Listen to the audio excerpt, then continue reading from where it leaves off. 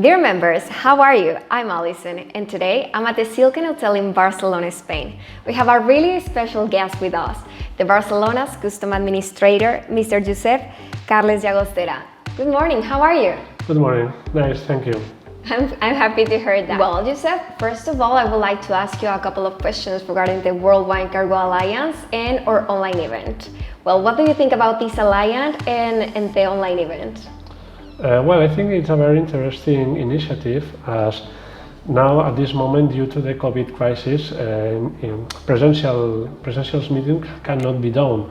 So I think it's very interesting that as enterprises have to keep in contact to each other, the telematic meeting is the only way that we can do it. But I think that in fact it is a question to consider, and that we will. I think that it will be a kind of meeting that can be celebrated in the future. And do you think the online conference have come to stay and the traditional and presential conference will lose weight? I think that maybe they will lose the relative strength. I don't really think that the presential meetings, the physical meetings, will disappear, as I think that enterprises have to keep in contact, and the best way of doing business, I think, is the physical contact and the direct contact between enterprises. But maybe for certain meetings, very specialized meetings with small and medium enterprises, that maybe the presential meeting is too expensive for them, especially when they are 2, 3 or 4 or more meetings along the year. It's a very interesting option in order to make business between them. Well, thank you very much for your answers about our alliance. And now I would like to ask you a couple of questions regarding the crisis caused by the COVID-19 virus and its impact on the economy and our sector, the logistics sector. Well, the logistics sector has been very important to maintain the supply chain. Do you think it will also be a key factor in the recovery of the economy? And when do you think this recovery will take place? Well, I think that the logistics sector has had a very huge importance during this crisis.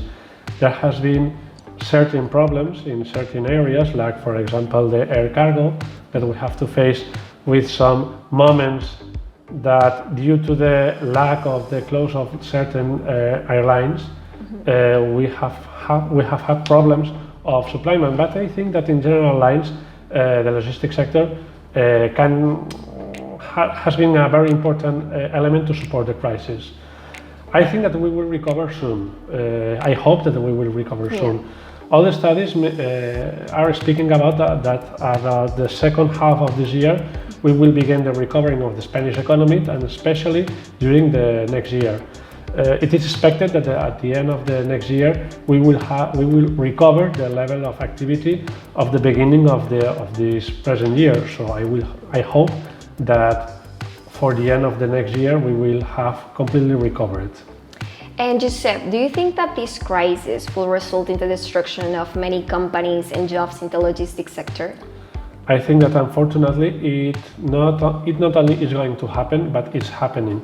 There are some airlines that enter into bankruptcy during the last weeks, and I think that there will not be the only one. I was speaking about a LATAM, I think, that was into bankruptcy.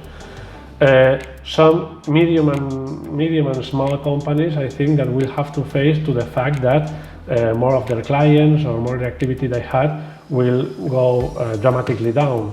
So they will not be able to support the cost and their activity. But I hope that maybe with the economic recovery during the next months and maybe the next year, they will be able to recover.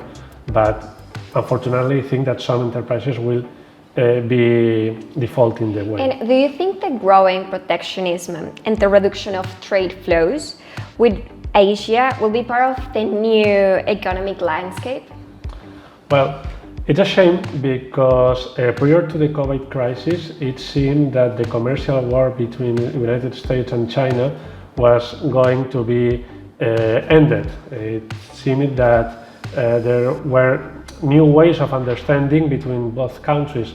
But now I think that due to the crisis, this way it's now closed. And I think maybe there is a problem that some governments think that a way of recovering the economy is to increase customs duties in order to incentivize the internal production of their economies. The history shows us that it's not the correct way, but it's very difficult to the governments to resist this way of acting in the short-term thinking. But I think that it's different this to one tendency that began last year and now the crisis will develop, which is the decoupling of the economy. We have heard about some countries that have or want to have a very powerful supplyment of certain strategic products.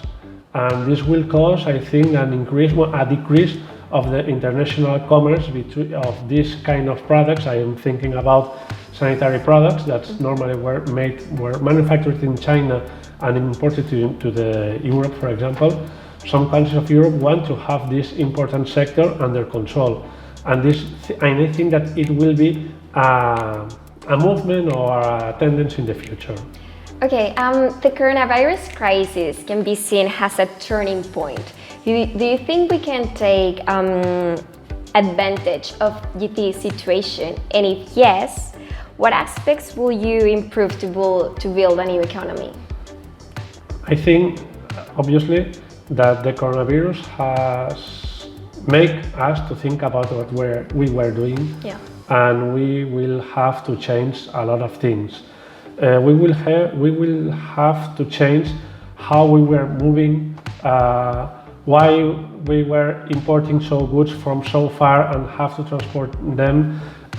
We have to change, in my opinion, in order to decrease the number of movements, not only because we are more efficient, for example, if we work from house, if we telework, but even for ecological reasons. As much as we move, as much as we spend in gas and we make pollution to the environment, we have to go to a more intelligent way of moving, a smarter way of organizing our economy, and obviously it will have consequences in the international commerce and in the way of we are acting. And Josep, it's really good that you mentioned teleworking because now many companies are prepared for it. Do you think that the teleworking has come to stay? And how do you think professional relationships will change?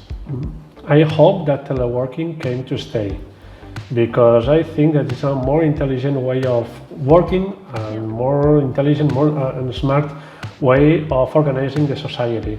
We have to think that maybe we are very used to physical contact in order to work, in order to make business, and I think it's necessary.